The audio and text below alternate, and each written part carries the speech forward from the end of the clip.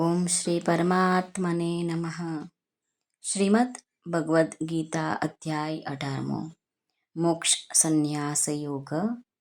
આજે શ્લોક ક્રમાંક 30. હવે ભગવાન સાત્વિકી બુદ્ધિના લક્ષણો બતાવે છે, તે આપણે જોઈએ. શ્રી ભગવાન ઉવાચ પ્રવૃત્તિંચ નિવૃત્તિંચ કાર્યાકાર્યે ભયાભયે બંધં મોક્ષં ચ યા વેત્તિ બુદ્ધિ સા પાર્થ સાત્વિકી. શ્રી ભગવાન અર્જુનને કહે છે, હે પાર્થ, જે બુદ્ધિ પ્રવૃત્તિ માર્ગ અને નિવૃત્તિ માર્ગને, કર્તવ્ય તેમજ અકર્તવ્યને, ભય અને અભયને તથા બંધન અને મોક્ષને યથાર્થપણે જાણે છે, એ બુદ્ધિ સાત્વિકી છે. પ્રવૃત્તિ માર્ગ કોને કહેવાય? તો કહે છે કે ગૃહસ્થમાં રહીને ફળ અને આસક્તિને છોડીને ભગવાનના અર્થે લોક શિક્ષણ કાજે જનક રાજાની જેમ વર્તવાનું નામ છે પ્રવૃત્તિ માર્ગ. હવે નિવૃત્તિ માર્ગ કોને કહેવાય? તો કહે છે કે દેહાભિમાનને ત્યાગીને કેવળ સચ્ચિદાનંદ ઘન પરમાત્મામાં એકાત્મ ભાવે સ્થિત થયેલા શ્રી સુખદેવજી તેમજ સનકાદિકની જેમ સંસારથી ઉપરત થઈને વિચારવાનું નામ છે નિવૃત્તિ માર્ગ. રામસુખદાસજી મહારાજ કહે છે કે સાધકની પ્રવૃત્તિ અને નિવૃત્તિ આ બે અવસ્થાઓ હોય જ છે.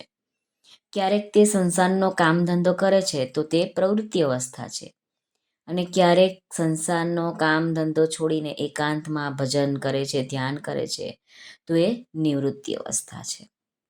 કામના રહિત પ્રવૃત્તિ અને વાસના રહિત નિવૃત્તિ, આ બંને અવસ્થાઓ નિવૃત્તિની છે, પરમાત્મા તરફ લઈ જવાવાળી છે. એટલા માટે આપણે બધાએ એમને સારી રીતે જાણીને કામના વાસના રહિત પ્રવૃત્તિ અને નિવૃત્તિને જ આપણે ગ્રહણ કરવું જોઈએ.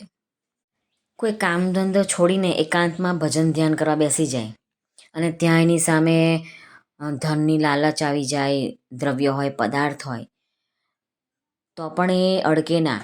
તો એ વિચારે કે લોકો મને જ્ઞાની ધ્યાની સાધક સમજશે તો મારો આદર સત્કાર થશે.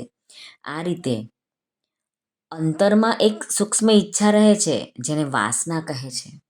રામસુખદાસજી મહારાજ કહે છે કે પ્રવૃત્તિ કરવાની પણ પ્રાણી માત્રની સેવાને માટે, અને નિવૃત્તિ કોના માટે? આપણા માટે છે, પરમ વિશ્રામ માટે છે, સ્વરૂપ સ્થિતિને માટે છે. કાર્યાકાર્ય, શાસ્ત્ર વર્ણ આશ્રમની મર્યાદાની અંદર જે કામ કરવામાં આવે છે તે કાર્ય કહેવાય છે, અને શાસ્ત્રની વિરુદ્ધ જે કામ કરવામાં આવે છે તેને અકાર્ય કહેવાય છે. ભયાભયે, ભય અને અભય, જે કાર્ય કરવાથી આપણું અને બીજાનું અનિષ્ટ થવાની જો શક્યતા પણ હોય અને એનું મન ગભરાય, તો એ કર્મ છે ભયવાળું, ભયદાયક છે. જે કર્મથી અત્યારે જ અને પરિણામમાં પોતાનું અને દુનિયાનું હિત થવાની સંભાવના જો દેખાતી હોય તો એ કર્મ છે અભય, એટલે કે બધાને અભય કરવાવાળું છે.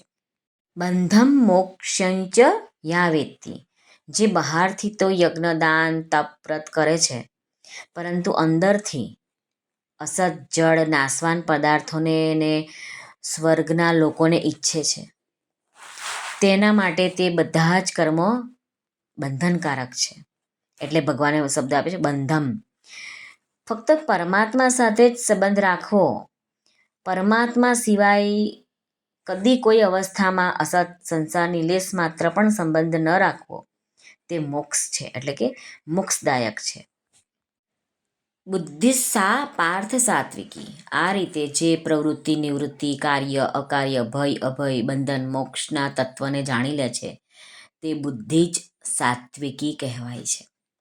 આમ પરમાત્માને તત્વથી સારી રીતે જાણવા, એને જ સાત્વિકી બુદ્ધિના દ્વારા વાસ્તવિક તત્વને સારી રીતે જાણવું એમ કહે છે. શ્રી કૃષ્ણ અર્પણમસ્તુ. સર્વને ભાવથી જય શ્રી કૃષ્ણ. રાધે રાધે. હરિઓમ તત્સત. જય ગુરુદેવ દત્ત. જય સ્વામિનારાયણ. જય માતાજી. નમઃ પાર્વતી પતે. હર હર મહાદેવ. હર સિદ્ધેશ્વર મહાદેવની જય. આજના આનંદની જય. સર્વનું કલ્યાણ થાઓ, સર્વનું કલ્યાણ થાઓ, સર્વનું કલ્યાણ થાઓ.